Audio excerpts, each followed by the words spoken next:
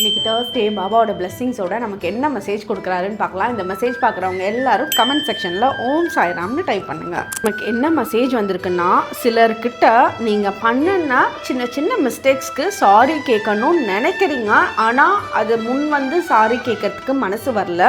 இப்போ வந்து சாரி கேட்கறது உங்களோட வீக்னஸை குறிக்கலை. இந்த இடத்துல நீங்கள் இந்த உறவு முறைகளை உங்கள் கூட இருக்க இந்த பர்சனை நீங்கள் வந்து உங்கள் கூட தக்க வச்சுக்கணும், லாங் டைமில் வச்சுக்கணுன்றதுக்காக தான் கேட்குறீங்கன்னு அவங்க புரிஞ்சுக்குவாங்களே தவிர இந்த இடத்துல எந்த வீக்னஸும் நீங்கள் ஆக போகிறதில்ல.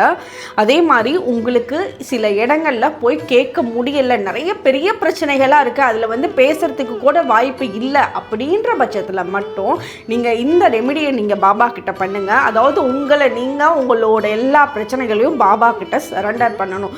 இது எப்படி பண்ணுறது அப்படின்னா, உங்களோட என்ன பெரிய கவலையோ அந்த கவலையை ஒரு சின்ன பேப்பரில் எழுதி அதை மடித்து பாபாவோட ஃபோட்டோக்கு கீழேயோ அவரோட ஸ்டாச்சுக்கு கீழேயோ உங்களோட வீட்டிலே வச்சுட்டு டெய்லியும் ஒரு விளக்கேற்றி, பாபா இது எல்லாமே இனிமேல் உங்கள் பிரச்சனை, எனக்கு பிரச்சனை கிடையாது, எனக்கு தீர்த்து கொடுங்கன்னு சொல்லி நீங்கள் வேண்டிட்டு வாங்க. உங்களோட பிரச்சனைகள் வந்து தவிடு பொடி மாதிரி தீர்க்க போகிறாரு பாபா. அது கண்கூட பார்க்கவும் போகிறீங்க. ஓம் சாய்ராம்.